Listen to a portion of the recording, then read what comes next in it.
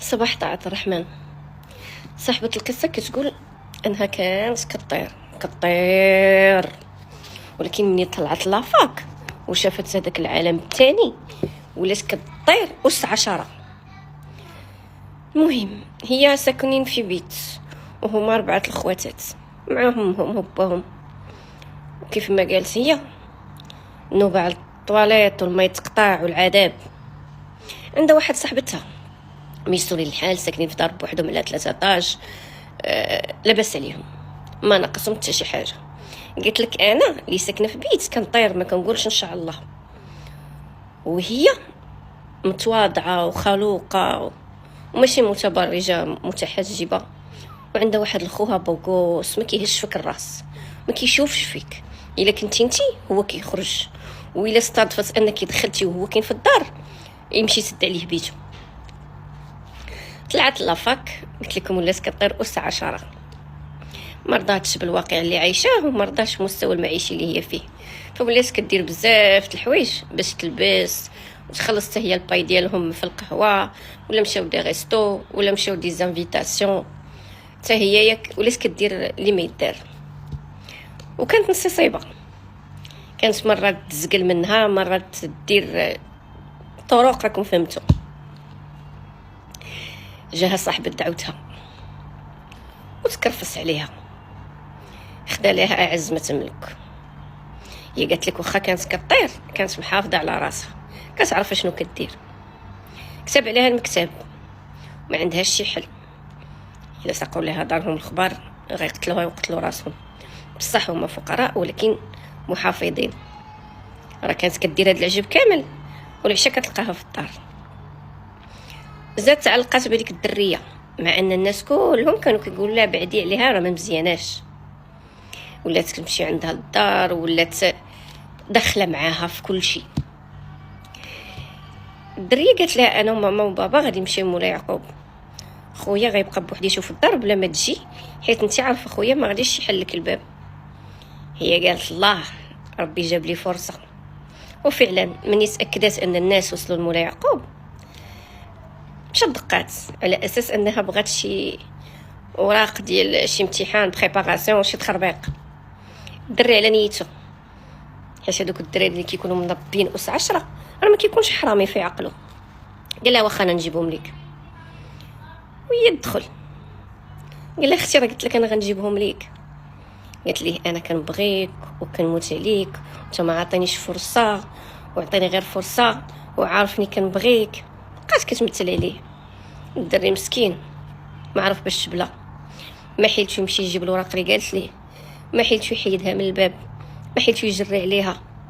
فجلس دوا معها قال لها شوفي انا راه ما عنديش مع العلاقات الغير الشرعيه والمبدا ديالي ان نهار يسهل عليا الله غادي نتزوج، انا ما كنبغيش نتعارف. قالت له ماشي مشكل، مهم ديرني في بالك، واش نقدر نمشي نعمر واحد برا تاتاي؟ قال لها ايه مرحبا بك عمريه وشربيه لراسك، انا غندخل لبيتي مني سالي سدي معك باب الدار. مشات عمرات برا تاتاي والكاس ديالو هو كبات فيه السيرو كامل ديال الناس. مهم دخلت دقات عليه في الغرفه ديالو قالت لي هاك اشربها هاد الكويس، الا هاد الدرجه ما حملنيش وانا دليت راسي بالاعتراف اللي اعترفت ليك وانا حيت كنبغيك وانا دي. بقات كتمثل عليه تقرا عليه وتبكي وتغبن.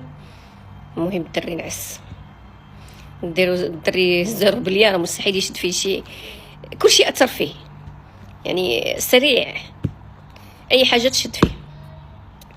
ايوا القيده جرات وقالت لك فوق السرير وزولات له ملابسو كامله وزولات ملابسها حتى هي، وتصورات هي وياه بزاف ديال التصاور كماله في راسكم. فات الوقت هو كيحاول يقلب عليها يحاول يتقص خبارها، ما عارفش راسو مسكين باش تبلا ولا كيعز عليها في لافك. قال لها علاش ما بغيتيش تجاوبيني، علاش ما بقيتيش كتجي، علاش قولي لي فهميني اشنو طرا، انا راه ما عرفتش راسي راني لقيت راسي عريان. قالت ليه ما عرفتيش راسك؟ نتوما كتضحكوا على بنات الناس وكتزكم هاد الكلمه ساهله ما عرفتيش راسك شنو طرا. قلت لي خليت لك الله. الدري مرض حتى لدرجه الاخت ديالو كتقول لها اويلي خويا غفلت حتى انا ما بقاش كيحسن، ما بقاش كيخرج من البيت وما عرفناش شنو طاري ليه. الاب ديالي دار له الرقيه ودينا عند طبيب قال لنا حاله نفسيه. مهم تخرج عندهم في واحد النهار قال لهم بغيت نتزوج فلانه، قالوا لي مرحبا. ناس بصح عندهم ولكن ماشي ضد الفقر، لان فلانه صاحبه بنتهم، زوجوه ولدت ولد كلشي فرحان، عاشت حياة مستقرة. غتفوت 7 سنين، الولد في عمره 7 سنين. السيد اللي غيتخطب لختو هو السيد اللي تكرفس على الاخرى اثناء التعارف، لانهم كانوا متفقين على التعارف وكانوا متفقين على الكتبه وكل شيء في نفس الوقت. السيده تصدمات مقاده ولابسه تكشيطه على اساس ان خط راجلها غادي تزوج، لقى السيد اللي غتزوج به هو اللي تكرفس عليها. الوليد جاي كيجري فرحان على قبل دقه المقركشيه داخله. الوليد نسخه طبق الاصل حق الخطيب والعريس الجديد. تحد ما فهمت شي حاجه، لان هي جات حاله ديال الهستيريا وكتغوت. ما يمكنش ولد الحرام دار ليا وفعل ليا وترك ليا. نسات راه صار مزوجه. رجع معاها كاع داك الالام اللي حساتو في ديك الفتره والخدعه اللي تخدعات. كلشي وقف، كلشي سكت. خلات الدري وهربات. صاحبه القصه كتقول انا ما عرفتش شنو داروا، ما بقيت عرفت عليهم والو. انا حتى البلاد اللي هما فيها ماشي غير المدينه، حتى البلاد غادرتها. كنعاود لك اختي هادشي دابا راه 10 سنين ديال الفرق. بغيت غير نشوف الشكل ديال ولدي كي ولا، وبغيت نعرف واش حي واش بخير واش. انا عارفه بانهم غيتهلاو فيه، ولكن ما عرفتش شكون اللي دابا معاه واشنو داروا وفي خصوص السميه والكنيه اشنو وقع. ما عارفه حتى شي حاجه.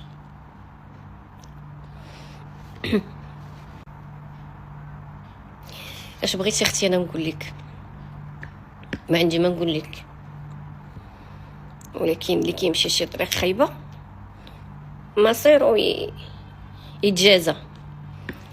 انتي اختي راه انتي خاص ابليس ياخذ منك حصص في كيفيه التعامل مع الناس، تعطي دروس خصوصيه، لانك ابدعتي في الشر. ما يمكنش يكون عندك عقل مدبر لهاد الدرجه انك تخدعي انسان مسكين ما شايف ما سامع ما عالم وتلفقي له حاجه انت درتيها برضاك، وتلفقي له ولد وتعيشي حياه طبيعيه. يعني انت اصلا انسان ماشي سوي عقليا. هذا ابسط جزاء ليك انك تحرمتي من ولدك. ما غاديش نتعاطف معك، ولكن غنقول لك كيف ما ضحكتي على داك الناس ربي غيجازيك في الدنيا قبل من الاخره. خواتاتي، هاد القصه انا اضطريت نقولها باش ما كاينش شي واحد اللي يثيق في شي وحده طرا ليه مشكل. الحمد لله الطب تطور، كاينه لا دي ان، كاينه بزاف الطرق باش تعرف واش داكشي ديالك ولا ماشي ديالك. وبعدوا عن العلاقات الغير شرعيه. والبنات الله يهديكم، عمر الفقر ما كان عيب، عمر البيت مع الجيران النوبه على الطواليت كي قالت ما كانت عيب. كريانات وخرجوا دكاتره وطباء وما عرفت شنو، واللي في البيوت وكانوا كيشدوا النوبه سيري شوف فيهم المراتب اللي واصلين ليها، وكاع اللي ما واصلش راه تبارك الله اخلاقه حميده.